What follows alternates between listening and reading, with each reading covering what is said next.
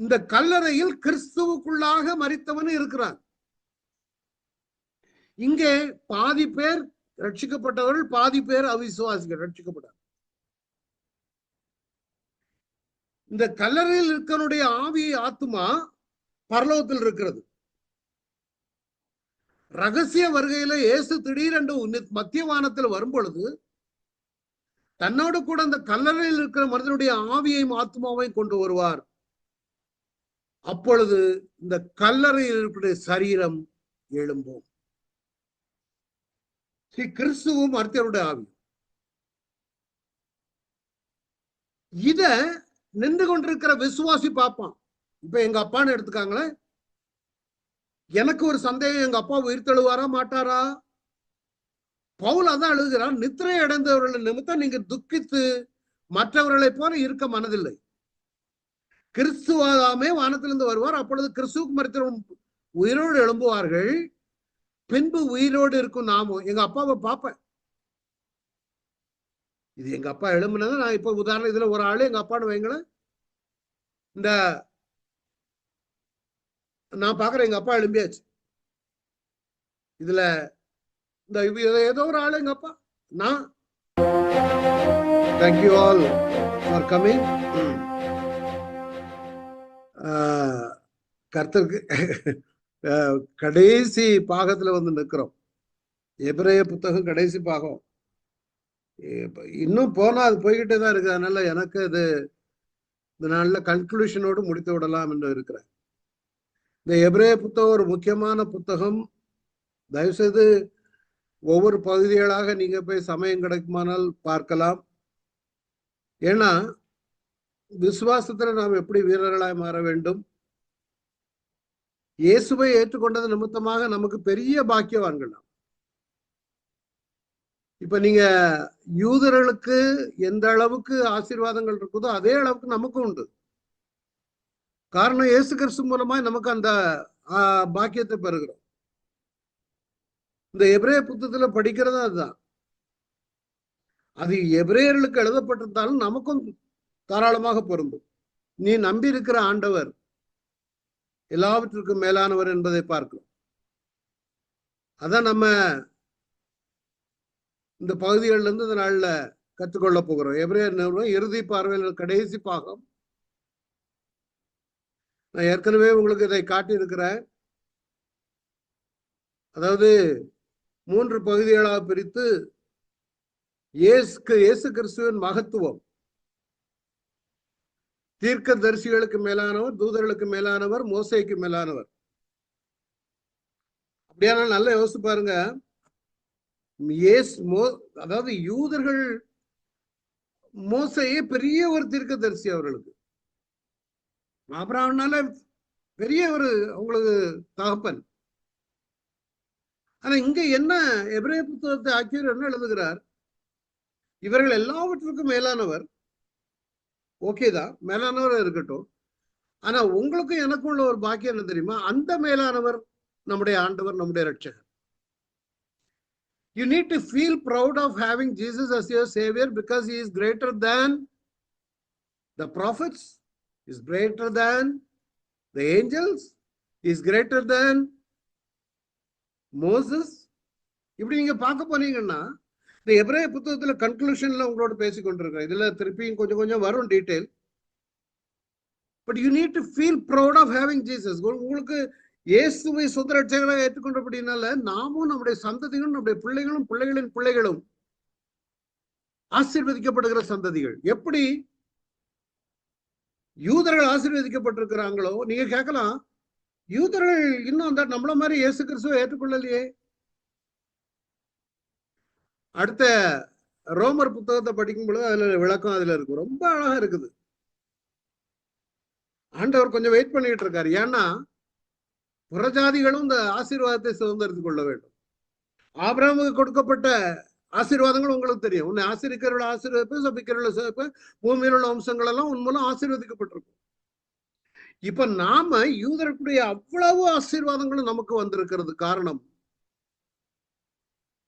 நாம் இயேசுவை ஏற்றுக்கொண்டபடினால. அவர் யூத வம்சத்திலிருந்து, யூதா கோத்திரத்திலிருந்து வந்த இயேசு நம்மையும் யூத மதத்தையும் இணைக்கிற ஒரு பாலம் அவர். அதை ஒரு நாள் மறந்து போயிடாதங்க. நடக்கும்போது நீங்க you need to feel proud that my Lord Jesus is greater than everybody in the Bible. அது நம்ம விலக்கிறேன் செலுத்தி நம்முடைய சொந்த ரத்தத்தை செலுத்தி நம்மளை மீட்டு எடுத்திருக்கிறபடினால அவர் மீது நீங்க வைக்கிற விசுவாசம், இது நம்ம சிம்பிளா கேட்டகரைஸ் பண்ணி தான் இதுல கொடுத்திருக்கோம். ஆனால் நம்ம விசுவாசத்துல முழு உறுதியா இருக்க வேண்டும். தவறான ஒரு விசுவாசம் இருக்கக்கூடாது. இன்னைக்கு நீங்க பாத்தீங்கன்னா தவறான விசுவாசங்கள், தவறான நபர்கள் மேல, தவறான போதகத்தின் மேல இந்த புத்தகம் அதுதான் தெளிவுபடுத்துகிறது. ஏன்னா எபிரேயர்களை கிறிஸ்துவை ஏற்றுக்கொண்டு நல்லபடியா வளர்ந்துகிட்டு எபிரேயர்களை ஒரு கூட்டம் யூதர்கள் அவர்களுக்கு பின்பாக சென்று நீங்கள் ஏற்றுக்கொண்ட யூத மதம், இந்த கிறிஸ்தவ மதம் பத்தாது, யூத மதத்து அவ்வளவு பழக்க வழக்கங்களையும் பின்பற்ற வேண்டும், யூத மார்க்கத்தில் நமக்கு கற்றுக் கொடுத்த விருத்த சேதனத்தை பண்ண வேண்டும், பிரமாணங்களை கை கொள்ள வேண்டும், பண்டிகைகளை கொண்டாட வேண்டும், வருடத்துல 3 முறை புனித பயணம் மேற்கொள்ள வேண்டும், இப்படின்னு சொல்லி யூதர்களை பின்மாற்ற அடைய செய்த பொழுது எபிரேய புத்தகத்தை ஆக்கியோன், அதாவது நாம் நம்புகிற பவுல் அவர்களுக்கு எழுதுகிறார், நீ நம்பி இருக்கிற இயேசுதான் மேலானவர், பிதாவாகிய தேவன் பிரமாணங்களை கொடுத்தது உண்மைதான், ஆனா அந்த பிரமாணத்தை முற்றிலுமாய் கை கொள்ளுகிறவன் தான் நீதிமானாக்கப்படுவான், ஆனால் நீ இயேசுவின் மீது விசுவாசம் வைக்கும் பொழுது நீதிமானாக்கப்படுவாய். கலாத்தியர்ல தான் சொல்ற ஆபிரகாம் விசுவாசித்தான், அதுக்கு பிற்பாடுதான் பிரமாணம் வந்தது, அதுக்கு பிற்பாடுதான் விருத்த சேதன உடன்படிக்கை வந்தது. But we became believers. நீங்க ஆடு கொண்டு போக வேண்டாம். எருசலேம் தேவாலயங்கிறது யூதர்களை போல ஆடை கொண்டு போய் வெட்டி ரத்தத்தெல்லாம் தெளித்து அதற்கு ஒரு ஆசாரியனை ஆயத்தம் பண்ணி இவ்வளவுலாம் கஷ்டப்பட வேண்டாம்.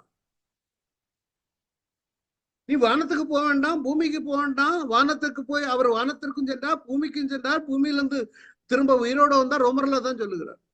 10-11 எல்லாம் பாத்தீங்க. நீ இருக்கிற இடத்திலேயே அவரை விசுவாசிப்பாயானால் நீ மேலானவன். இன்றைக்கு இருக்கிற யூதர், ஒருவேளை யூதர்கள் மேல உள்ள அன்பு இன்னும் அவருக்கு தனியவில்லை, இன்னும் காத்து கொண்டிருக்கிறார். ஒரு நாள்ல அவங்களும் வருவாங்க, அங்க நிறைவேறணும். நம்மள நிறைய பேர் இந்த நாட்கள்ல இன்னமும் இயேசுவை ஏற்றுக்கொள்ளாமல் இருக்கிறாங்க. அடுத்தது 2வது பகுதி எபிரேயர்ல கிறிஸ்துவின் ஊழியம், மகத்துவமான ஊழியம். அது என்ன பார்த்தோம்னா கிறிஸ்து ஆசாரியத்துவம். இங்க பூமியில ஒரு ஆசாரியத்துவம் நடந்துச்சு, அது வருஷந்தோறும் செய்ய வேண்டிய ஆசாரியத்துவம். இந்த பூமியில செய்கிற வருஷந்தோறும் ஆசாரியன் தன்னுடைய பாவங்களுக்காக பாவ நிவர்த்தி செய்து விட்டுதான் மற்றவருடைய பாவங்களுக்காக பலிகளை செலுத்துவார். இது பூமியில் உள்ள கூடாரம் என்பது பரலோகத்தில் காணப்படுகிற கூடாரத்திற்கு மாதிரி தான் பூமியில மலையில காணப்பட்டது. மலையில பார்த்தபடி மோசே பூமியில செய்தார். ஆனா இயேசு மரித்து இளங்காலை வெள்ளாட்டுக்களா இப்படி மிருகங்களுடைய ரத்தத்தினால் அல்ல, தம்முடைய சொந்த ரத்தத்தினாலே தன்னுடைய ரத்தத்தை கொண்டு போய், எப்படி மகா பரிசுத்தலத்திற்குள்ளே பிரதான ஆசாரியன் வருடத்திற்கு ஒரு முறை அந்த கிருபாசனத்தின் மேல் தன்னுடைய ரத்தத்தை தெளித்து நித்திய மீட்பை உண்டு பண்ணினாரோ, அதே போல் நம்முடைய ஆண்டவராய் இயேசு கிறிஸ்து பரலோகத்தில் இருக்கக்கூடிய அந்த பலிபீட அந்த வழிபாட்டு கூடாரத்திலே ஒரே தரம் பிரவேசித்து தெளித்து நித்திய மீட்பை உண்டு பண்ணி பிதாவின் வலது பார்சத்துல வீட்டிலிருந்து இன்றைக்கும் உங்களுக்காக எனக்காக பரிந்து பேசிக் கொண்டிருக்கு. அதற்கு அடையாளமாகத்தான் பூமியில திரைச்சியில மேலிருந்து கீழாக 2ஆக கிழிந்தது. அப்போ நாம மறுபடியும் அவரை சிலுவையில் அறைய முடியாது. அவர் பண்ணின உடன்படிக்கை மேலான உடன்படிக்கை. 1ஆம் கூடாரம் 2ஆம் கூடாரம் மேன்மையான பலிகளை குறித்து பார்த்தோம். அடுத்தது நம்முடைய வாழ்க்கை, தேவ பிள்ளைகள் எப்படியாக வாழ வேண்டும், அதுக்குதான் நம்ம 11ஆம் அதிகாரத்திலிருந்து கம்ப்ளீட் விசுவாச பட்டியலை குறித்து பார்த்தோம். இதுதான் விசுவாசங்களின் மேன்மையான சிறப்புரிமை. எப்படி நீ முழு விசுவாசத்தோடு இருக்கணும், தவறான உபதேசங்களை போகக்கூடாது. உண்மையான விசுவாசம் அப்படி இருக்க வேண்டும். அதற்கு அடையாளமான விசுவாச வீரர்கள், உறுதியான விசுவாசம், மற்றவர்களுடைய உறவு முறை, நம்மோடு உள்ள உறவு முறை, தேவனோடு உள்ள உறவு முறை, இப்படி அநேக காரியங்கள் இருக்கிறது. அதுல முக்கியமாக விசுவாசம் என்றால் என்ன? விசுவாசமானது நம்பப்படுகிற உறுதியும் காணப்படாதவர்களில் நிச்சயமா இருக்கு. நம்ம இதையே நான் சற்று மாற்றி உங்களுக்கு இலகுவாக புரியும்படியாக, காணப்படாதவைகள் நிச்சயமாய் நடக்கும் என உறுதியாய் நம்புவதே விசுவாசம். Don't worry, you are a believer. You are believing on Jesus Christ, who became victorious in everything. அவர் மேல் நம்முடைய நம்பிக்கையை, விசுவாசத்தை வைக்கும் பொழுது உன்னுடைய பார்வைக்கு இயலாத காரியமா இருக்கலாம், இது எங்க நடக்கும் என்று நினைத்துக் கொண்டிருக்கலாம். ஆனா ஒன்று உங்களுக்கு ஆண்டவரும் எனக்கும் சொல்லுகிறது, நீ காணப்படாதவர்களாக இருக்கலாம், அதுக்கு நடக்குமா நடக்காத இருக்கலாம். ஆனா ஒன்று சொல்லுகிறேன், அவைகள் நிச்சயமாய் நடக்கும் என்று உறுதியாய் நம்புவது விசுவாசம். இதற்கு அடையாளமாகத்தான் விசுவாச வீரர்கள் பட்டியல் அநேகரை கொடுத்தார்.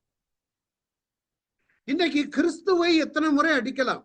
கடந்த வாரம் இதோட நிறுத்தினேன். கிறிஸ்துவை திரும்ப திரும்ப அடிக்கலாமா? எபிரேயர் 11:29 வாசித்தோம். கிறிஸ்துவை, இதனுடைய பாகம் 32. கிறிஸ்துவுக்கு இன்னொரு பெயர் ஞான கன்மலை. நடந்த சம்பவம் என்ன? ஓரேபில் ஆண்டவர் சொன்னார், ஓரேபில் மலை ஆண்டவர் சொன்னார், நான் ஓரேபில் நான் உனக்கு முன்பாக கன்மலையின் மேல் நிற்பேன், நீ அந்த மோசேட்ட சொன்னார், அந்த கன்மலையை அடி, அப்பொழுது ஜனங்கள் குடிக்க தண்ணீர் அதிலிருந்து புறப்பட்டு வரும். அதே மாதிரி இவர் அடித்தார், ஓரேபில் அடிக்கப்பட்ட கன்மலை. ஆண்டவர் சொன்னது போல ஓரேபில் அடித்தார்.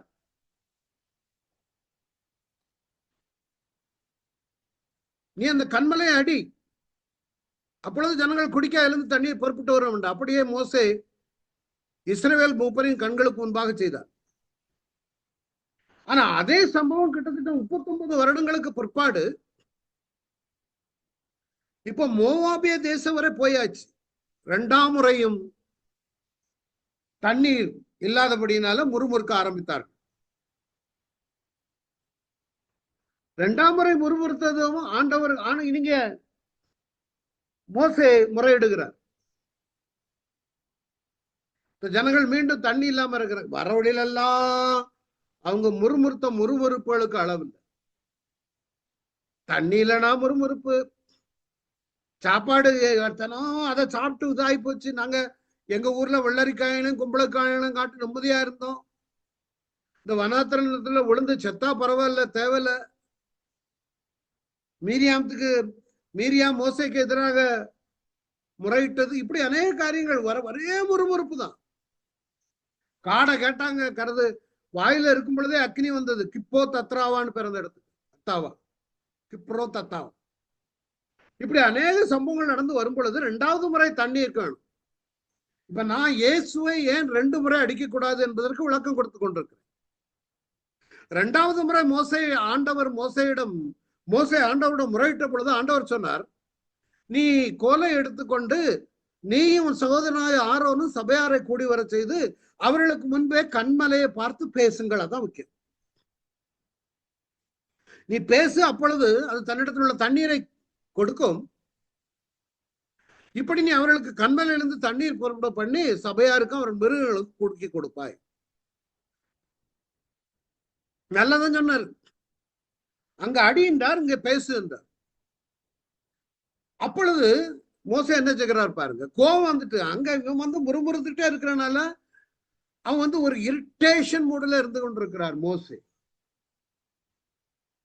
எந்த நேரமும் முறுமுறுப்பு. அதுதான் ஒரு இடங்கள்ல சொன்னார், இவர் மலையில இருக்கும் பொழுது கீழே 32ஆம் அதிகாரத்துல கன்றுக்குட்டியை பண்ணிட்டாங்க. ஆரோன்ட்ட கேட்டா இவங்க எல்லாம் கேட்டாங்க, நான் அதை தீயில அக்கினியில போட்டேன், சொரூபம் வந்துச்சு அப்படின்னு. அப்பதான் அவர் முகங்குப்புற விழுந்து அழுது ஜெபம் பண்ணார், என்னுடைய பேரை கிறுக்கி போடுந்த ஜனங்களை நான் கொண்டு போனேன். அதனால ஏற்கனவே மோசே இந்த கலகக்காரரை குறித்து ஒரு ஒரு ஒரு மனதில் ஒரு நம்பிதில்லை, அவர்களை குறித்து ஒரு சரியான ஒரு இது இல்லை. அப்ப நீ எடுத்து கண்மலையை பார்த்து பேசுனார். ஆனா மோசே என்ன செய்தது தெரியுமா? அப்பொழுது மோசே அவர்களை நோக்கி, கலகக்காரரே கேளுங்கள், உங்களுக்கு இந்த கண்மலையிலிருந்து நாங்கள் தண்ணீர் புறப்பட பண்ணுவோமோ என்று சொல்லி தன் கையை ஓங்கி கண்மலையை தன் கோலினால் 2 தரம் அடித்தான். ஆக மொத்தம் 3 தரம். முதல்ல ஒரு தடவை அடித்தான், கண்மலையை அடித்தான். 2வது பேசதான் சொன்னார் 2ஆம் முறை. ஆனா 2வது முறை 2 முறை அடித்தான், தண்ணீரும் வந்துச்சு. இது ஒரு ஒரு கீழ்ப்படியாமை. அப்ப நீங்க கேட்கலாம், மோசே தான் கீழ்ப்படியிலேயே, பேசதானே சொன்னாரு, இவர் அடித்தாரு. அடுத்த வசனத்தை பார்த்துட்டு நான் திருப்பி சொல்றேன். 12ஆம் வசனம் சொல்லுகிறது, பின்பு கர்த்தர் மோசையும் ஆரோனை நோக்கி, இஸ்ரவேல் புத்திரன் கண்களுக்கு முன்பாக என்னை பரிசுத்தம் பண்ணும்படி நீங்கள் என்னை விசுவாசியாமல் போனபடியினால் இந்த சபையாருக்கு நான் கொடுத்த தேசத்துக்குள் நீங்கள் அவர்களை கொண்டு போவதில்லை. யாரா? மோசையும் ஆரோனையும். இவர் அதுக்கு பதிலாக தண்ணீரை கொடுக்காம இருந்திருக்கலாமே. கொஞ்சம் கேட்கறது புரியுதா? உங்களுக்கு இந்த கண்மலையிலிருந்து தண்ணீரை புறப்படுமோ என்று சொல்லி அடித்தான். உடனே தண்ணீர் ஏராளமா புறப்பட்ட. ஏன் தண்ணீரை கொடுத்தார்? இவன் மோசே கீழ்ப்படியவில்லை. ஆனாலும் ஜனங்களுக்கு தண்ணீரை கொடுக்கிறது பார்க்க. ஏன் தெரியுமா? மோசேயினுடைய தவறு நிமித்தமாக ஜனங்களை தண்டிக்க தேவன் விரும்புவது. அமெரிக்காவில் ஒரு பிரபலமான ஊழியக்காரர் இருந்தார், பேர் சொல்ல விரும்பல. அவர் டிவியில பிரீச் பண்ணும்போது ஹீலிங் நடக்கும். அவர் டிவியில ஜெபம் பண்ணும்போது உங்க கையை டிவிக்கு மேல இப்படி வைத்தீங்கன்னா அற்புதம் நடக்கும். அவ்வளவு அற்புதம். ரொம்ப பிரபலமான ஒரு ஊழியக்காரர். அவர் மீட்டிங்ல ஒரு அற்புதம் மேல அற்புதம் மேல அற்புதம் மேல நடக்கும். அவ்வளவு பிரபலியம். ஆனால் ஒரு நாள்ல திடீரென்று டிவியில அவரை குறித்து நியூஸ் வருது, கடந்த 1 வருடங்களாக ஒரு உபச்சார ஸ்திரியோடு கூட தவறான உறவுல இருப்பதை வீடியோ எவிடன்ஸோடு டிவியில போட்டு விட்டார்கள். 1 வருடம் அவர் அந்த உறவுல இருந்திருக்கிறார். இந்த 1 வருடமும் கன்வென்ஷன் நடந்திருக்கிறது, மீட்டிங் நடக்கிறது, அற்புதமும் நடந்திருக்கிறது. 1 வருடம் பிடிப்பட்ட பிறகு அவர் டிவியில அழுதார், நான் பாவம் செய்தேன். அது வேற கதை. கேள்வி, எதற்காக தேவன் அவன் பாவத்துல இருந்த பிற்பாடும் தேவன் அற்புதம் செய்தார்? அதுக்குரிய பதில், ஜனங்கள் வாஞ்சியாக வந்தார்கள். அந்த ஊழியக்காரரை பார்த்து தேவன் அற்புதம் செய்வார்னு வந்தார்கள். சிலவருக்கு அவருக்கு அந்த ஆள் மேல ஒரு நம்பிக்கை இருந்திருக்கு. பட் அற்புதம் செய்கிறவர் தேவன். அதே மாதிரி இங்க மோசே தவறு செய்திருக்கலாம். ஆனா ஜனங்களை ஏமாற்ற விரும்பாதபடியினாலதான் தண்ணீர் புறப்பட்டு வந்தது. ஆனால் தவறு செய்த மோசே சொன்னார், நீங்கள் அவர்களை கொண்டு போவதில்லை. அடுத்த கேள்வி உங்களுக்கு வரலாம், என்ன பெரிய தவறு செய்துட்டாரப்பா? முதல் தடவை ஐயா நீங்க அடிக்க, நீங்க தானே சொன்னீங்க அடிங்கன்னு. 2வது முறை நீங்க பேச சொன்னீங்க, அடிச்சுட்டாரு. அதே மாதிரி தானே 2வது செய்தாரு. இதுக்கு இவ்வளவு பெரிய தண்டனை கொடுக்கணுமா? இந்த முறையும் அவரை விட்டுருக்கலாமே. அதே நீங்க கொடுத்த பிளான் தானே, முதல் பிளான். 2வது கொஞ்சம் கோபத்துல ரிப்பீட் பண்ணிட்டாரு. ஆனா விஷயம் என்ன தெரியுமா? அந்த கண்மலை ஒரு முறைதான் அடிக்கப்பட வேண்டும், திரும்ப திரும்ப அடிக்க கூடாது. காரணம், அங்கே ஒரு ஆவிக்குரிய ஆழமான ஒரு அர்த்தம் உண்டு. 1 கொரிந்தியர் 10ஆம் அதிகாரத்துல பார்க்கும் பொழுது 3ஆம் வசனத்துல எல்லாரும் ஒரே போஜன பானத்தை புதித்தார்கள். ஞான போஜனத்தை எல்லாரும் ஒரே ஞானபானத்தை குடித்தார்கள். அவர்களோடு கூட சென்ற ஞான கல்மலையின் தண்ணீரை குடித்தார்கள். அந்த கண்மலை கிறிஸ்துவே. அப்ப அந்த ஞான கண்மலை யாருன்னா கிறிஸ்து. கிறிஸ்துவை ஏற்றுக்கொண்டவர்கள், இயேசுவே நீங்க அவரை நீ எனக்காக மரித்தீர், எனக்காக நீ உயிர் தெழுந்தீர் ஆனவரே, நானும் உம்மோடு மரிக்க விரும்புகிறேன் என்று ஒரு முறை நீங்க மரித்து, அதான் நிறைய பேர்ட்டு கேட்பேன், இயேசு யாருங்க ரட்சகர்? எதுக்கு? எப்படி ரட்சகர்? அவர் எப்படி ரட்சகர்? அவர் எப்படி ரட்சித்தாரு? சிலுவையில இறந்து ரட்சித்தாரு. சிலுவையில இறந்து ரட்சித்தாருன்னா எப்படி சொல்லுங்கன்னா விளக்கம் தெரியாது. செத்தாரு. அப்ப நான் கேட்பேன், சில ஒரு மனுஷன் சிலுவையில போய் செத்தா நீ ரட்சிக்கப்பட்டுருவேன்.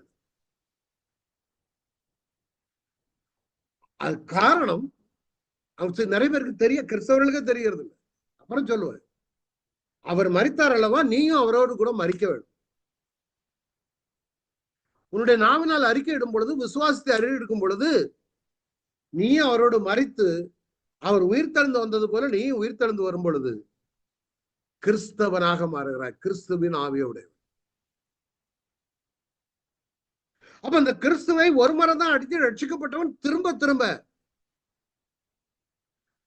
எபிரேயர் 6:6 சொல்றது, மறுதலித்து போனவர்கள் தேவனுடைய குமாரனை தாங்களே மறுபடியும் சிலுவையில் அறைந்து. நிறைய பேரு ரட்சிக்கப்பட்ட பிற்பாடும் திரும்பியும் மறுபடியும் சிலுவையில அறைந்து அவரை அவமானப்படுத்துகிறபடியால் மனம் திரும்புவதற்கு ஏதுவாய் அவர்களை மறுபடியும் புதுப்பிக்கிறது கூடாத காரியம். எபிரேயர் 6. முன்னாடி கூட சொல்லியிருக்கேன், எனக்கு நண்பர் ஒருவர் உண்டு. அவர் ரட்சிக்கப்பட்டுட்டேன்னு வருவாரு, கொஞ்ச நாள்ல பார்த்தா தண்ணி அடியில் இருக்கும். திரும்ப திரும்ப இயேசுவை அடிக்க முடியாது. ஒருவனுடைய பின்னிலைமை முன்னிலைமையை காட்டிலும் படும் மோசமாக இருக்கும். வசனம் ரொம்ப கடினமா சொல்லுகிறது, நாய் தான் தான் கக்கினதை தின்னும்.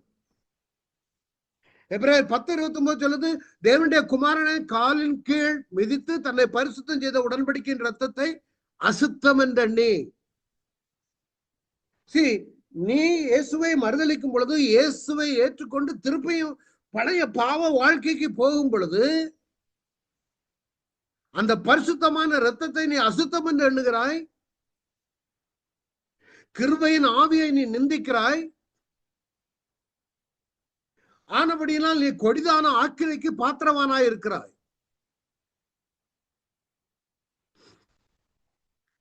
எதுக்கு நான் அதை கொண்டு வருகிறேன்னா, திரும்ப திரும்ப திரும்ப திரும்ப கிறிஸ்துவை சிலுவையில் அறைய முடியாது. ஒரே முறைதான். ஒரு வேலை ஆக்சிடென்ட் எல்லாம் இதாயிட்டுன்னா அதுக்கு இதே ஒரு ஹேபிட்டா வச்சுக்கிட்டு எவ்வளவு கொடிதான ஆக்கினைக்கு பாத்திரவாரனா இருப்பான்.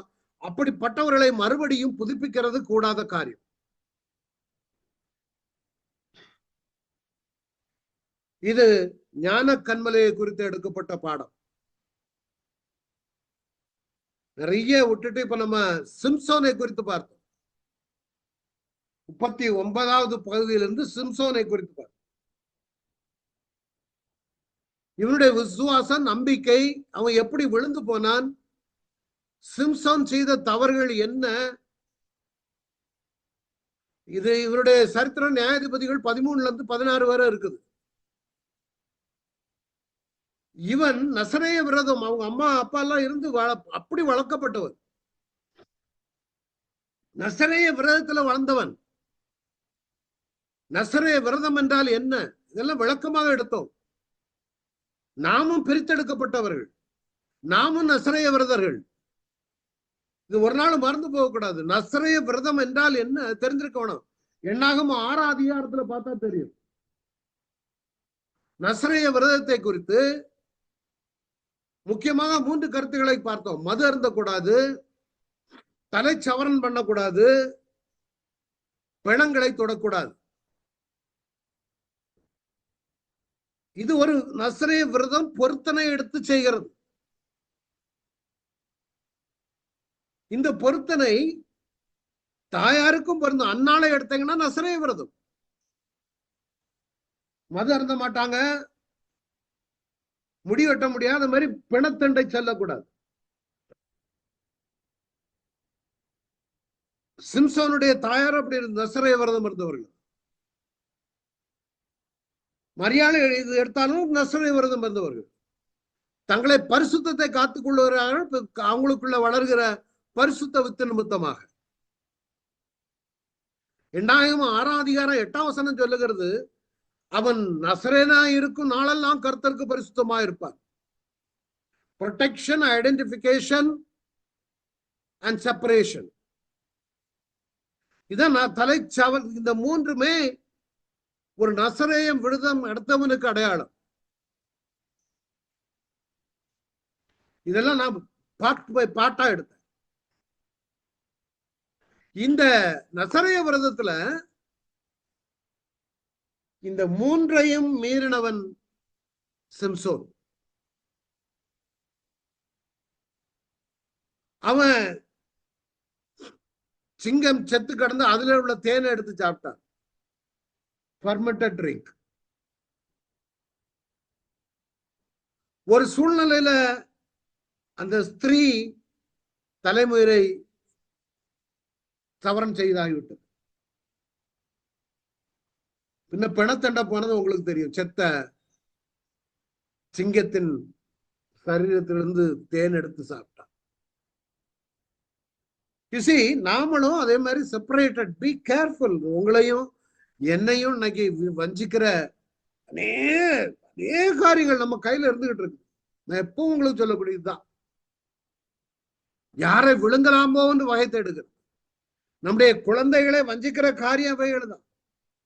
பெரியவங்களுக்கே சில காரியங்களுக்கு நோ சொல்ல முடியல. சின்ன பிள்ளைகள், வாலிப பிள்ளைகள் எவ்வளவு வஞ்சிக்கப்படுவார். Be careful. இதெல்லாம் நம்ம மேல விழுந்த கடமை. இதுகளுக்கு எதிராக நம்முடைய பிள்ளைகள் பிரித்தெடுக்கப்பட்ட பிள்ளைகள். நம்முடைய பிள்ளைகள் உலகத்திற்கு ஒத்த வேஷம் தற்பிக்க முடியாது. அவங்க ஃபேஷனுங்கிற இதுல கல்லூரியில படிக்கிற நபர்களுக்கு ஒத்த வேஷங்களை போட்டுக்கொண்டு பிள்ளைகள் வருவார்கள். அதனாலதான் நம்ம எப்பவும் பிள்ளைகளுக்கு நம்ம சண்டே ஸ்கூலு, சர்ச்சு கோயிங் இவைகளெல்லாம் ரெகுலரா இருந்தாதான் பிள்ளைகள் அந்த பயத்துல வளருவாங்க ஐயா. இல்லைன்னா அந்த பிள்ளைகளை இழுத்து செல்லுகிற அநேக வஞ்சிக்கிற காரியங்கள், டிவி, சினிமா, ட்ரக்ஸ். இப்ப பாருங்க, கல்லூரிகள்ல ட்ரக்ஸ் பயங்கரமா இருக்குது. கொலை, கொள்ளை, திருட்டுத்தனம், வேசித்தனம், உபச்சாரம்.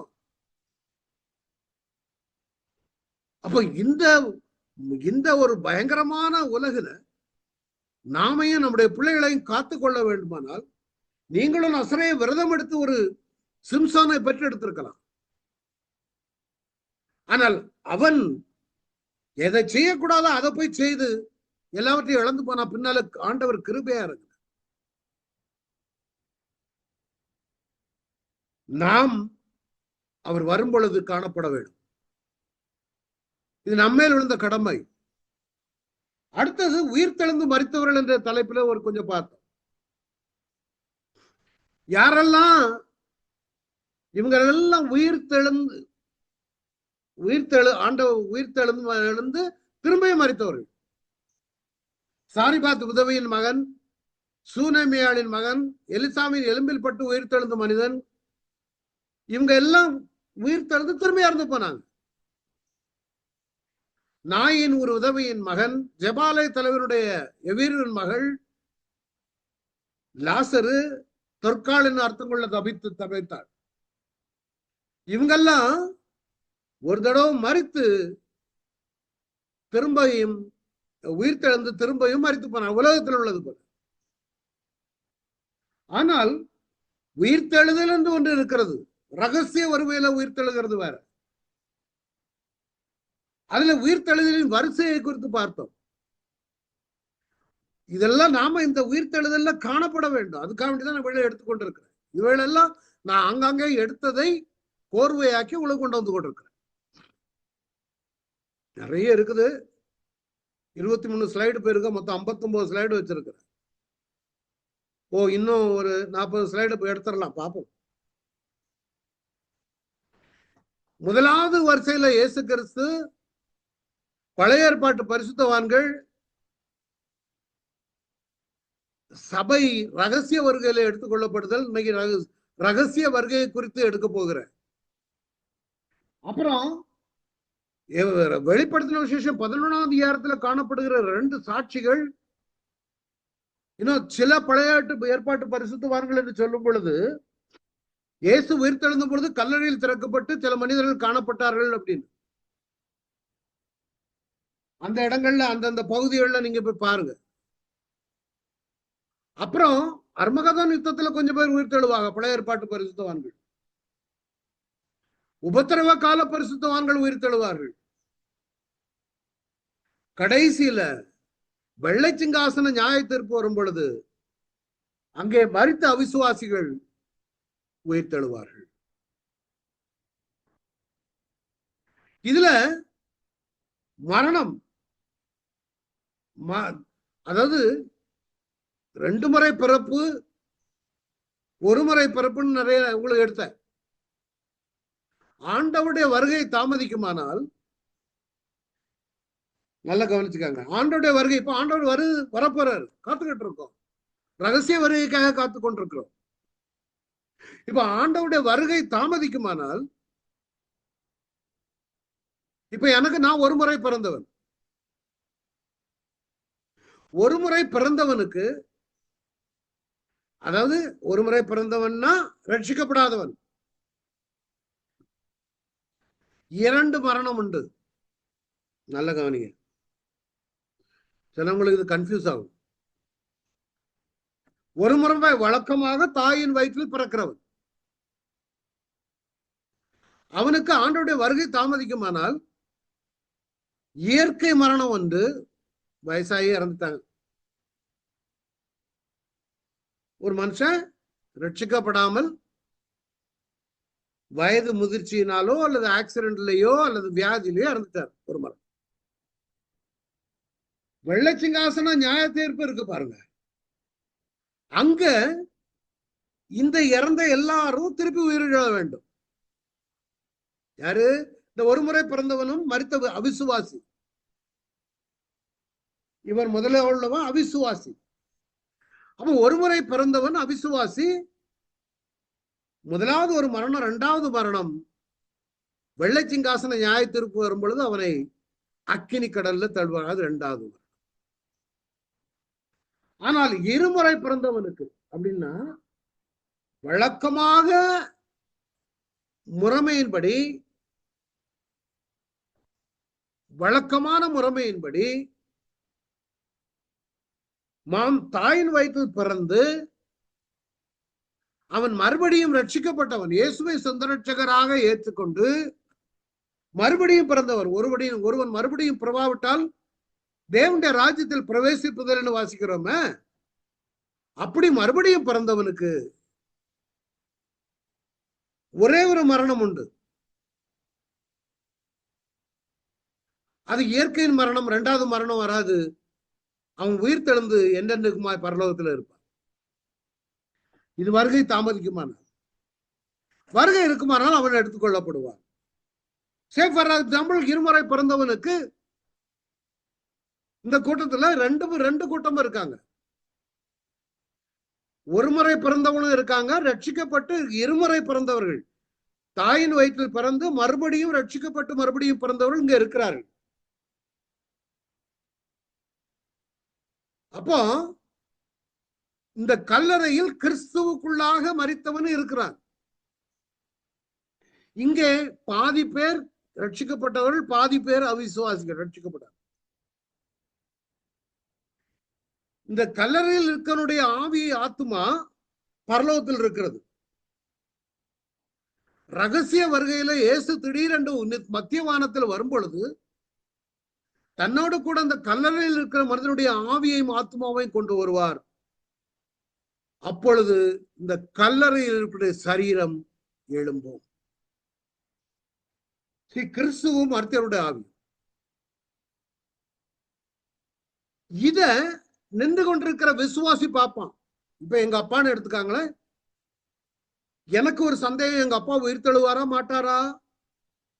பவுல் அதான் எழுதுகிறான், நித்திரை அடைந்தவர்கள் நிமித்தம் நீங்க துக்கித்து மற்றவர்களை போல இருக்க மனதில்லை. கிறிஸ்துவாதாமே வானத்திலிருந்து வருவார், அப்பொழுது கிறிஸ்துவுக்கு மரித்தவரும் உயிரோடு எழும்புவார்கள், பின்பு உயிரோடு இருக்கும் நாமும். எங்க அப்பாவை பார்ப்பேன். இது எங்க அப்பா எழும்புனது. நான் இப்ப உதாரணம், இதுல ஒரு ஆளு எங்க அப்பான்னு வைங்களேன், இந்த நான் பாக்குறேன் எங்க அப்பா எழும்பியாச்சு. இதுல இந்த ஏதோ ஒரு ஆளு எங்க அப்பா, நான் இவர்களெல்லாம் விடுபட்டு போவார்கள். இவர்களெல்லாம் ஒரு முறை பிறந்தவர்கள். இவர்களுக்கு 2 மரணம் உண்டு. அதனாலதான் தெசலோனிக்கே சொல்லுகிறது, கர்த்தர் தாமே ஆரவாரத்தோடும் பிரதான தூதனுடைய எக்கால சத்தத்தோடும் தேவ அக்காலத்தோடும் வானத்தில் இறங்கி வருவார். அப்பொழுது கிறிஸ்துவுக்குள் மரித்தவர்கள் முதலாவது எழுந்திருப்பார். எதுக்கு இதை தெசலோனிக்கே பவுல் எழுதினாருன்னா, நீங்க இறந்து போனவங்களை குறிச்சு ரொம்ப கவலைப்படாதங்க. நித்திரை அடைந்தவர்களுக்கு நீங்க நம்பிக்கையற்றவர்களான மற்றவர்கள் கூட துக்கித்து இருக்காங்க. இயேசுவானவர் மரித்த பின்பு உயிரோடு எழுந்தார் என்று விசுவாசிக்கிறோமே, அப்படியே இயேசுவுக்குள் நித்திரை அடைந்தவர்களையும் தேவன் அவர்களோட கூட கொண்டு வருவார். அதான் கொண்டு வருகிறது மேல இருந்து. கர்த்தருடைய வார்த்தையை முன்னிட்டு நான் உங்களுக்கு சொல்லுகிறது, கர்த்தருடைய வருகை மட்டும் உயிரோடு இருக்க நாம் நித்திரை அடைந்தவர்களுக்கும் முன்புக்கு முந்திக் கொள்வதில்லை. உயிரோடு இருக்கக்கூடிய நாம் இவர்களுக்கும் வந்து எழும்புறாரு, அவருக்கு முன்னால நாம போக மாட்டோம். அதனாலதான் அவர் வரும் பொழுது நாம் எடுத்துக்கொள்ளப்படுது. எக்காலம் தொனிக்கும், அப்பொழுது மரித்தோர் அழிவில்லாதவர்களாய் எழுந்திருப்பார்கள், நாமும் மறுரூபம். 1 Corinthians 15 அதிகாரம் படிங்க. It's a beautiful chapter. எப்படி எழும்புவாங்க, விதையை குறித்து சொல்லுகிறார். எப்படி மறுரூபமாக்கப்படுவோம், இதுதான் வசனம் சொல்லுங்க. முன்பு உயிரோடு இருக்கு நாம் எடுத்துக்கொள்ளும். ஒரு நாள் மறந்து போகாதங்க. இது உங்களுடைய கண்களுக்கு முன்பதாக இருக்கட்டும். இவ்விதமா எந்தெந்த ஆகாயத்தில் கர்த்தருடனே கூட இருப்போம். இந்த 2 பேர்ல ஒருவன் விடுபட்டு போவான், ஒருவன் எடுத்துக்கொள்ளப்படுவான். அதாங்க சொல்லுங்க, இருதயத்தில் இயேசு இருப்பாரானால் அவன் எடுத்துக்கொள்ளப்படுவான். புரியுதுங்களா? இது ஒரு நாள் மறந்து போகாதங்க. இவைகளெல்லாம் நமக்கு 2 பேர் வயலில் இருப்பார்கள். ஒருவன் எடுத்துக்கொள்ளப்படுவான், ஒருவன் கைவிடப்படுவான். 2 ஸ்திரீகள் இந்திரன் அறையத்துக்கொண்டிருப்பார்கள். ஒருத்தி ஏற்றுக்கொள்ளப்படுவாள், ஒருத்தி கைவிடப்படுவாள். உங்கள் ஆண்டவர் இன்ன நாளையில் வருவார் என்று நீங்கள் அறியாது இருக்கிறபடினால் விழித்திருங்கள். அதான் சொல்லுகிறார். மரிக்கணும், இயேசுவோடு நீ மரிக்கணும். அதனாலதான் யோவான் 12:24 சொல்றது, மெய்யாகவே மெய்யாகவே நான் உங்களுக்கு சொல்லுகிறேன், கோதுமை மணி நிலத்தில விழுந்து சாகாவிட்டால் தனித்திருக்கும். தெரியுமா? கோதுமை மணி எடுத்து வைங்க. எகிப்தில பிரமிடுக்கு கீழே இருந்து ஒரு பாத்திரம் நிறைய கோதுமை எடுத்திருக்கிறாங்க. கிட்டத்தட்ட 4000 5000 வருஷத்துக்கு முன்பாக உள்ள கோதுமை அப்படியே இருக்குது. அதுக்குள்ள ஜீவன் இருக்குமா? 5000 வருஷம் எங்க ஜீவன் இருக்கும்? ஆனா அவர்கள் அந்த விதையை விதைத்த பொழுது அதிலிருந்து ஜீவன் வந்தது. அப்ப அந்த கோதுமை மணி சாகும் பொழுது, நிலத்தில் விழுந்து நாம் மரிக்கும் பொழுது நாமும் உயிர் தழுவு. அதுதான் அடையாளமாக எழுதுகிறார். புத்தியினே, நீ விதைக்கிற விதை செத்தாலையும் உயிர்ப்பிக்க மாட்டாதே, உயிர்க்க மாட்டாதே. 1 Corinthians 15:38 சொல்லப்பட்டிருக்கிறது. விதைகள் ஒவ்வொன்றிற்கும் அதற்கேற்ற மேனியை கொடுக்கிறார். எல்லா மாம்சத்துக்கும் ஒரே விதமான மாம்சம் அல்ல. மனுஷனுடைய மாம்சம் வேற, மிருகங்களுடைய மாம்சம் வேற, மச்சங்களுடைய மாம்சம் வேற. வானத்துக்குரிய மேனிகள் உண்டு, பூமிக்குரிய மேனிகள் உண்டு. வானத்துக்குரிய மேனிகளுடைய மகிமை வேற, பூமிக்குரிய மேனிகளுடைய மகிமை வேற. ஆனா எல்லாமே, எல்லாத்துக்கும் ஒரு ஜீவன் உண்டு, உயிர் தழுவும். எப்படி இந்த விதை அதற்கேற்ற மேனியை கொடுக்கிறார். இந்த விதை இப்படிதான் இருக்கும், விதை முழுசாதான் இருக்கும் முதல்ல. அதே மாதிரி நாம் செத்து இயேசுவோடு மரித்து உயிர் தழும் பொழுது மேனி கொடுக்கிறவர்களாய் காணப்படும். 1 கொரிந்தியர் 15:42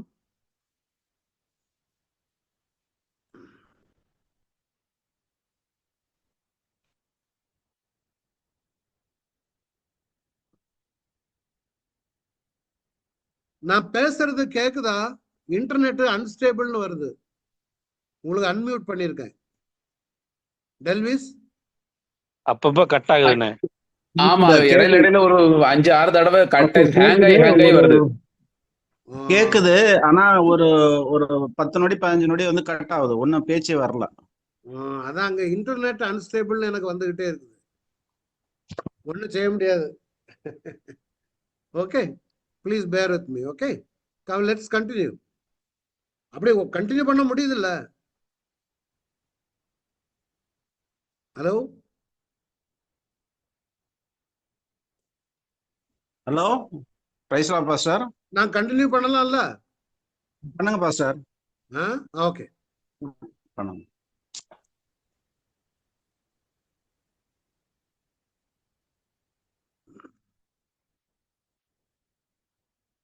சோ இந்த விதை வந்து, அதனாலதான் இன்னொரு இடத்துல 1 கொரிந்தியர் 15:42 பாருங்க.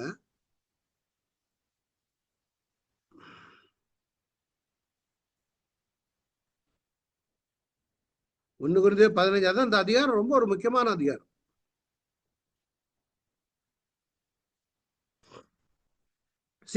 மருத்துவரின் வீழ்த்தெழுதலும் அப்படியே இருக்கும். அழிவுள்ளதா விதைக்கப்படும், அழிவில்லாதா எழுந்திருக்கும். அதனாலதான் நம்ம கிறிஸ்தவர்களுக்கு மரணம் வந்து முடிவில்லை, அது துவக்கம். கனவீனம் உள்ளதா விதைக்கப்படும், மயமுள்ளதா எழுந்திருக்கும். பலவீனம் உள்ளதா விதைக்கப்படும், பலமுள்ளதா எழுந்திருக்கும். துக்க வீடுகள்ல, மரண வீடுகள்ல போகும்பொழுது இவைகளை சொல்லி குடும்பத்தாரை தேற்றுங்க. ஜென்ம சரீரம் விதைக்கப்படும், ஆவிக்குரிய சரீரம் எழுந்திருக்கும். ஏன்னா ஜென்ம சரீரம் மறிக்கும், வியாதி வந்து மறிக்கலாம். ஆனா நமக்குள்ளாக இயேசுவை உயிரோடு எழுப்புன ஆவியானவர் நமக்குள்ளாக இருக்கும் பொழுது ஆவிக்குரிய சரீரமாக நம்மையும் எழும்ப பண்ணுவார். அதனாலதான் முந்தின மனுஷனாய் ஆதாம் ஜீவாத்மானவர்களுக்கு பிந்தின ஆதாம் உயிர்ப்பிக்கிற ஆவியானவர். இதுல 1ஆம் ஆதாம் 2ஆம் ஆதாம் இதெல்லாம் நான் இப்ப முன்னாடி எடுத்திருக்கிறேன் இல்ல. சோ உயிர்த்தெழுதல்ங்கிறது இந்த ஜென்ம சரீரம் போய் கனவீனம் உள்ளது கனமுள்ளதா எழுந்திருக்கும். அதனால நாம் இந்த உயிர்த்தெழுதல்ல காணப்பட வேண்டும். அடுத்தது இந்த உயிர்த்தெழுதலின் வரிசைகளை குறித்து பார்த்தோம். கிருபையின் காலத்துல நாம் இருக்கிற நாம், இயேசு எப்பொழுது மத்திய வானத்தில் வருவாரோ அப்பொழுது நாம் உயிர்த்தெழுவோம். இது ரகசிய வருகை உயிர்த்தெழுதல் இல்ல. அன்றைக்கு முதலாம் இந்த உயிர்த்தெழுதல் வந்து இயேசு மரித்த பொழுது கல்லறைகள் திறக்கப்பட்டது. இப்பொழுது நாம் கிருபையில் காலந்து கொண்டிருக்கிறோம். இது முடியும் பொழுது ரகசிய வருகையில எடுத்துக்கொள்ளப்படுவோம். இந்த படம் 2வது. இது முடிந்ததும் அந்தி கிறிஸ்தனுடைய ஆட்சி வெளிப்படுத்தின விசேஷம், 7 வருட ஆட்சி, உபத்திரவ காலம், மகா உபத்திரவ காலம். அது முடியும் பொழுது அர்மகதோன் யுத்தத்தில் இயேசு வருவார். அப்பொழுது ஒரு உயிர்த்தெழுதல். சாத்தான் 1000 வருடம் பாதாளத்தில் அடைக்கப்படுவான். 1000 வருட அரசாட்சி நடைபெற்று அது முடிந்து புதிய வானம் வெள்ளை சிங்காசன நியாயத்திற்கு வரும் பொழுது ஒரு உயிர்த்து கடைசி உயிர்த்தல். சோ நாம் இவைகள்ல காணப்பட வேண்டும். இந்த எடுத்துக்கொள்ளப்படுகிற கிருபையின் காலத்தில் இருக்கிற நாம் ரகசிய வருகையிலே நாம் காணப்பட வேண்டும். மேலும் இயேசு கிறிஸ்துவின் 2ஆம் வருகையும் அர்மகதோன் யுத்தத்தையும் குறித்து பார்த்தோம். அவர் எப்பொழுது வருவார், அர்மகதோன் யுத்தம் எப்பொழுது நடக்கும், அதற்கு முன்பதாக ஆட்டுக்குட்டியானுடைய கல்யாணம் எப்பொழுது நடக்கும், மணவாட்டி தன்னை ஆயத்தப்படுத்தினாள், கிறிஸ்துவோடு மணவாட்டி பூமியில இருந்து எடுத்துக்கொள்ளப்படுவாள். அங்கே வானத்தில நாம் ரகசிய வருகையில எடுத்துக்கொள்ளப்படும் பொழுது மத்திய வானத்திலே கிறிஸ்துவின் நியாயத்திற்கு முன்பாக நாம் நியாயத்தீர்க்கப்படுவோம். அதான் கிறிஸ்துவின் நியாயாசனம். அது முடிந்த கல்யாண விருந்து. இங்கே சபை எடுத்துக்கொள்ளப்படுகிறது. ஆட்டுக்குட்டியாவின் கல்யாணம் கிறிஸ்துவின் நியாயாசனம். அதற்கு கடைசி ஒரு வெள்ளை சிங்காசன நியாயத்தீர்ப்பு. நாம் எதற்காக கிறிஸ்துவின் நியாயாசனம் முன்பாக நிற்கிறோம்? ஆண்டவருடைய 1000 வருட அரசாட்சியிலே இந்த உயிரோடு எடுத்துக்கொள்ளப்பட்ட ரகசியவர்கள் எடுத்துக்கொள்ளப்பட்ட நாம் ஆட்சியில் கலந்து கொள்ள வேண்டும். நாம் அவரோடு கூட அமர வேண்டுமானால் நாம் செய்த ஒவ்வொரு காரியங்களுக்கு தக்கதான பலனை பெற வேண்டும். அதான் கிறிஸ்துவின் நியாயாசனம். ஆனால் வெள்ளை சிங்காசன நியாயாசனம் இறுதியில் வருகிறது. வெள்ளை சிங்காசன நியாயத்தீர்ப்புக்கு முன்பதாக புத்தகங்கள் திறக்கப்படும். புத்தகமும் மனசாட்சியின் புத்தகம், வார்த்தையின் புத்தகம், அந்தரங்க செயல்களின் புத்தகம், கிரியைகளின் புத்தகம், ஜீவ புஸ்தகம். இந்த கிறிஸ்துவின் நியாயாசனத்திற்கு முன்பாகவும் வெள்ளை சிங்காசன நியாயத்தீர்ப்புக்கு மத்தியிலே வெள்ளாடு செம்மறியாடு நியாயத்தீர்ப்பு நடைபெறும். இதெல்லாம் நான் விளக்கமா எடுக்க முடியாது, எடுத்தாச்சு. I am just giving you the reference. இந்த நியாயத்தீர்ப்புகள் கட்டாயம் நடைபெறும். இதுல முதலாம் வருகை, ரகசிய வருகை, உபத்திரவ காலம், கிறிஸ்துவின் நியாயாசனம் நடைபெறுகிறது. அது முடிந்து நீங்க பாத்தீங்கன்னா இரண்டாம் வருகை அர்மகதோன் யுத்தம், 19ஆம் அதிகாரம் வெளிப்படுத்தின விசேஷம். 20ஆம் அதிகார துவக்கத்துல சாத்தான் பாதாளத்துல 1000 வருடம் அடைக்கப்படுவார். 1000 வருட அரசாட்சி தொடங்கும். எல்லாம் கம்ப்ரஸ் பண்ணி கொண்டு வந்திருக்கு. இங்கதான் வெள்ளாடு செம்மறியாடு நியாயத்தீர்ப்பு இஸ்ரவேல் இருக்கு. இது முடிஞ்சதும் சில காலம் சாத்தான் வந்து இது முடியல, அக்னி கடல்ல சாத்தான் தள்ளப்படும். இது முடிஞ்சது. சில காலம் அவனை அவிழ்த்து விடுவாங்க. இறுதியாக வெள்ளை சிங்காசன நியாயத்தீர்ப்பு, இறுதி உயிர்த்தெழுதல். இடையில 20ஆம் அதிகாரத்தின் கடைசி பகுதியில் சில காலம் சாத்தான் விடுதலையான் கோக் மாகோக் யுத்தம்.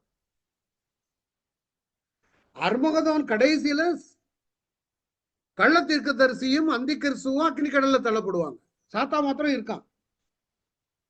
அந்த சாத்தானை பிடிச்சுதான் பாதாளத்துல தள்ளுவாங்க 1000 வருடம். பூமியில அரசாட்சி நடக்கும். இன்னைக்கு இஸ்ரவேல் தேசம் அதற்கு தான் ஆயத்தப்பட்டு கொண்டிருக்கிறது. பூமியில இயேசுராஜா வந்து ஆளுகை செய்ய வேண்டும். அதுக்குதான் இன்னைக்கு தேசத்தை, இஸ்ரவேல் தேசத்தை ஆயத்தப்படுத்தி கொண்டிருக்கிறார். நீங்க சும்மா ஒண்ணு யுத்தம் நடக்கல. இயேசு வர வேணும். அதுக்கு முன்பாக யூதர்களும் பார்ப்பாங்க. தாங்கள் குத்தினவரை நோக்கி பார்ப்பார்கள். பயங்கரமானதுங்க இதெல்லாம். சோ இந்த வெள்ளை சிங்காசனத்துல நாமும் காணப்பட வேண்டும். இந்த உயிர்த்தெழுதல முதலாம் உயிர்த்தெழுதல் நாம் காண, இந்த கிறிஸ்துவின் நியாயாசனத்துல நீங்க நிக்கணும், நான் நிக்கணும். சும்மா விடுபட்டு போகிறதுக்கு இல்ல. Be careful, beware of everything, be aware of everything. Beware of lake of fire, be aware of what's happening everything. நிறைய பேருக்கு இவ்வளவு ஒண்ணும் தெரியும். சும்மா 4-5 பாட்டை பாடி ஆட விட்டு, டான்ஸ் ஆட விட்டு மனுஷங்களை வஞ்சிக்கிற கூட்டங்கள் தான் அதிகமா இருக்குது. நித்திய காலமா அவரோடு கூட ஆட்சியிலே கலந்து கொள்வோம். இனி நடக்க போகும் கிருபையின் காலம், சபை எடுத்துக்கொள்ளப்படும், திருப்பி கொண்டு வருகிற உபத்திரவ காலம், இதெல்லாம் வெளிப்படுத்தின விசேஷத்துல அவ்வளவு தெளிவா கொடுத்திருக்கிற. இவைகளெல்லாம் முடித்து ஆண்டவர் அடுத்தால என்ன பார்த்தோம்? மேகம் போன்ற திரளான சாட்சி. இந்த 11ஆம் அதிகாரத்தில் உள்ள அவ்வளவு மேகம் போன்ற சாட்சிகளை கொண்டு வந்து அவ்வளவு பேரையும் குறித்து பார்த்தோம். மிகமோன்ற இத்தனை திரளான சாட்சிகள் நம்மை சூழ்ந்து கொண்டிருக்க. யாரெல்லாம்? ஆபிரகாமு, ஈசாக்கு, யாக்கோபு, மோசே, சிம்சோன், எப்தா, என்ன பாருங்க இதுல இருக்கக்கூடிய அவ்வளவு பேரும் எல்லாம் குறித்து பார்த்தோம். உங்களெல்லாம் எப்படி வெற்றி ஓடி முடித்து ஜெயம் பெற்றாங்களோ, நாமும் பாரமான யாவற்றையும் நம்மை சுற்றி இருக்கிற பாவத்தையும் தள்ளிவிட்டு இயேசுவை நோக்கி, விசுவாசத்தை துவக்குகிறவரும் விசுவாசத்தை முடிக்கிறவருமா இருக்கிற இயேசுவை நோக்கி நமக்கு நியமித்திருக்கிற ஓட்டத்திலே பொறுமையோடு ஓடக்கணும். He finished the race. நாம் அறிக்கையிடுகிற அப்போஸ்தலனும் ஆசாரி, அவரை நோக்கி பொறுமையா ஓடணும்னு சொல்றார். உங்களுடைய இறுதி சொல்ல என்ன இருக்கணும் தெரியுமா? நல்ல போராட்டத்தை போராடதான் போச்சு. நல்ல போராட்டத்தை போராடின, ஓட்டத்தை முடித்து போய் விசுவாசத்தை காத்துக்கொண்டேன். நீங்களும் நானும் சொல்ல முடியுமா? அதான் சொல்லணும்னு எதிர்பார்க்கிற. இது முதல் நீதியின் கிரீடம். Internet connection is unstable, sorry. நீதியின் கிரீடம் எனக்காக வைக்கப்பட்டிருக்கிறது. நீதி உள்ள நியாயாதிபதியாக கர்த்தர் அந்நாளில் அதை எனக்கு தந்தருளுவார். எனக்கு மாத்திரமல்ல, அவர் பிரசன்னமாகுதலை விரும்ப யாவருக்கு அதை தந்தருளுவார். என்னைக்கு அவருடைய முட்கிரீடத்தை நீங்க ஏற்றுக்கொள்ளுகிறீர்களோ, அது நீதியின் கிரீடத்தை கொண்டு வரும். என்றைக்கு அவர் உங்களுக்காக முட்கிரீடம் சூடினார் என்றதை ஏற்றுக்கொள்ளுகிறீர்களோ, அன்றைக்கு நீதியின் கிரீடம் உங்களுக்கு கொண்டு வரும்.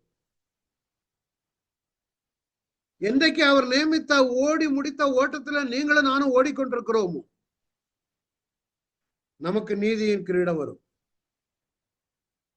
இதற்காகவே நீங்கள் அழைக்கப்பட்டிருக்கிறீர்கள்.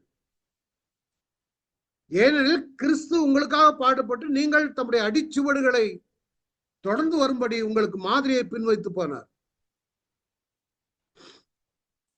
Be careful. நமக்கு எல்லாம் இருக்குது. தயவு செய்து இந்த பைபிள் ஸ்டடியில அடுத்த ரோமர் புஸ்தகத்தை நான் இப்பவே சொல்லிடுறேன். To not miss. எல்லாரும் ஆளுக்கு ஒரு ஆளாவது கொண்டு வாங்க. ரொம்ப ஆழமான சத்தியம். ஒரு ஆளாவது, ஒரு நபர் தான் நான் கேட்கிறேன். இப்ப என்னுடைய நண்பர் நமக்கு டெல்லிஸ் பிரதர்லாம் 3 பேரை அழைத்து கொண்டு வந்திருக்கிறார். அது மாதிரி ஒரு ஆளை கொண்டு வந்தா போதும். எனக்கு அதுக்கு வேற பினான்சியல் சப்போர்ட் எல்லாம் நான் கேட்கறதே இல்லை, ஒண்ணுமே கிடையாது. பட் எனக்கு ஐ எம் ஹாப்பி. சரி, அப்போ ரோமர் புத்தகம்லாம் நீங்க படிச்சீங்கன்னா இன்னும் உங்க மைண்ட் ப்ளோ ஆகுங்க. இது உங்களுடைய சிந்தனை, நடத்த, பார்வை, செயல்கள், ஊழியங்கள் எல்லாத்துலயும் மாற்றத்துக்கு. சோ தம்முடைய அடிச்சுவடுகளை பின்பற்றி வரும்படியாக மாதிரியை வைத்து போயிருக்க. இன்னொன்னு எபிரேயர் 12ஆம் அதிகாரத்துல உங்களுடைய பிள்ளைகளை கோபப்படுத்தாமல் வளர்ப்பது எப்படி பார்த்தோம். இது பிராக்டிக்கல் லிவிங். ஊழியர்கள் எப்படியாக இருப்பது, டிஃபரெண்ட் கைண்ட் ஆஃப் ஸ்பாங்கிங். பிள்ளைகளை இப்படியான கண்டிப்பு. பிள்ளை அழுதுகிட்டு இருப்பான், இங்க முதல்ல கம்போச்சு அடிச்சு சாத்துறது. அடுத்தது ஒரு பிள்ளை அழுதுகிட்டு இருக்குது, அவன் பாட்டுக்கு அப்பங்காரன் இறங்கி போயிட்டான். சில இடங்கள்ல தாய்ன்னு துள்ளி. இந்த 3வது படத்தை பாருங்க. 4வது படத்துல புள்ள இது வாங்கிட்டு வரான், அவார்டு, கிஃப்ட், கோப்பை வாங்கிட்டு வரான், தாப்பம் கண்டுக்கிடாம இருக்கான். ஸ்பாங்கிங் பார்த்து அடிக்காம பாருங்க. கோபத்துல அடிக்கிறது வேற, கண்டிப்புல அடிக்கிறது வேற. தொடர்ச்சியாக 12ஆம் அதிகாரத்திலிருந்து இஸ்ரவேல் தேசம் எப்படியாக உருவெடுத்தது என்பதை பார்த்தோம். 88ஆம் பாகத்துல நீங்க போய் பார்த்தீங்கன்னா உங்களுக்கு தெரியும். இஸ்ரவேல் ஒரு 88, 89, 90, 3, 4 4 வீக் கிட்ட எடுத்திருப்பேன்னு நினைக்கிறேன். இஸ்ரவேல் தேசம் எப்படியாக உருவெடுத்தது நல்ல பாருங்க தயவு செய்து. அடுத்தது சிலுவை போர்கள் எப்படி வந்துச்சு, சிலுவை போர்களை குறித்து பார்த்தோம். அது 90 பாகம், part number 90, go and see. 92வது பக்கத்துல இறுதி உபதேசங்கள். நாம் எப்படி சகோதர சிநேகம் நிலைத்திருக்க கடவுது, அந்நியரை உபசரிக்க நாடுங்கள். அதனாலே சிலர் அறியாமல் தேவதூதரை உபசரித்தது உண்டு. கட்டப்பட்டவர்களோடு கூட நீங்களும் கட்டப்பட்டவர்களை போல அவர்களை நினைத்துக் கொள்ளுங்கள். நீங்களும் சரீரத்தோடு இருக்கிறவர்கள் என்று அறிந்து தீங்கு அனுப்பிக்கிறவர்களை நினைத்துக் கொள்ளுங்கள். விவாக மஞ்சை அவருக்குள்ளும் கனமுள்ளதாயும் விவாக மஞ்சை அசுசிப்படாது இருப்பதாக. வேசிக்கல்லரையும் விபச்சாரரையும் தேவன் நியாயந்திருப்பார். பண ஆசை இல்லாதவர்களாய் நடந்து இருக்கிறவர்கள் போதும் என்று எண்ணுங்கள். அந்நிய போதனைகளால் அழைப்பட்டு தெரியாதிருங்கள். இவளெல்லாம் விளக்கமான கொடுத்திருக்கிறார், தயவுசெய்து பாருங்க. அடுத்தது ஓரின சேர்க்கையை குறித்து டீட்டெயில்டா எடுத்திருக்கேன். எல்ஜிபிடி கடவுள் கிருபையில அமெரிக்கால இன்னைக்கு ரூல் வந்தாச்சு. ஓரின பால் சேர்க்கை கூடாது, இஸ் நாட் அலவுட். இதனுடைய விளக்கம் கொடுத்திருக்கிறேன். இன்னைக்கு நம்ம வீட்டு வாசல் படியில வந்துச்சு. இந்தியாவில் ரூல் மாறிக்கொண்டிருக்கிறது. இந்த இந்த ஸ்டடியில போய் பாருங்க. நீங்க 96வது ஸ்டடி 96 97 இருக்கும். அதுல ஓரின சேர்க்கை குறித்து நிறைய டீட்டெயில் இது எடுத்திருக்கிறேன். அதனால நித்திய ஆவியை, நித்திய உடன்படிக்கை, நித்திய ரட்சிப்பு, நித்திய நியாய தீர்ப்பு, நித்திய மீட்பு, நித்திய ஆவினால இருக்கிறோம். நித்திய சுதந்திரம் இவைகளை நீங்கள் இழந்து விடக்கூடாது. தேவன் நம்மிடத்திலிருந்து எதிர்பார்ப்பதெல்லாம் இதுதான்.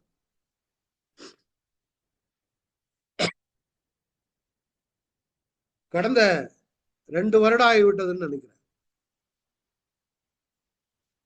எல்லாரும் வந்தீங்க, நிறைய பேர் வந்தீங்க. 24 30 ஒரு தடவை, ஒரே ஒரு தடவை 60 பேரோ 70 பேர் வந்தாங்க. அரௌண்ட் 20க்கு மேல அப்படியே பிளக்சுவேட் ஆகிட்டே இருக்கணும். தொடர்ந்து என்னுடைய ஊழியத்திற்காக ஜெபம் பண்ணுங்க. கர்த்தர் உங்களை எல்லாரும் ஆசீர்வதிப்ப. இன்னும் உங்களுடைய கரங்கள்ல நான் பயனுள்ள பாத்திரமாய் காணப்படுறேன். சொன்ன மாதிரி வருடத்திற்கு ஒரு ஆளை கொண்டு வந்த போது கர்த்தர் அபரிதமா ஆசீர்வதிப்பார். ஜெபிப்போமா எல்லாரும்? இந்த எபிரேய புத்தகத்தை நாம் கற்றுக்கொண்டபடியா எல்லாம் நன்றி செலுத்தும். எங்களை கற்றுக் கொடுத்த இந்த பாடங்களுக்காக நன்றி ஆண்டவரே. நியமித்த ஓட்டத்துல நாங்கள் ஓடி முடித்து உங்களுடைய பாத சுவடுகளை பின்பற்றி நீதியின் கிரீடத்தை பெற்றுக் கொள்ளத்தக்கதாக ஆண்டவரே எங்களுக்கு கற்றுக் கொடுத்த இந்த பாடங்களுக்காக நன்றி. நாங்களும் ஒரு இஸ்ரவேலர்கள். இஸ்ரவேலர்களுக்கு உண்டான எல்லா பாக்கியமும் எங்களுக்கும் கொடுத்திருக்கிறீங்க. வந்த ஒவ்வொருவருக்கும் கொடுத்திருக்கிறீங்க ஆண்டவரே, அதற்காக நன்றி. எல்லாரும் கரங்களை தலையில வைத்து சொல்லுவோம், ஆண்டவரே நன்றி அப்பா, எங்களுக்கு தந்த இந்த பாக்கியத்திற்காக நன்றி. நாங்கள் தொடர்ந்து வெற்றியுள்ள வாழ்க்கை வாழ எங்களை ஒப்புக்கொடுக்கிறோம். Lord, I bless all of them in the name of Jesus, Father. தொடர்ந்து இவர்களை அழைத்துக் கொண்டு வாருங்க. இவர்கள் மூலம் உடைய நாமம் மகிமைப்படும்.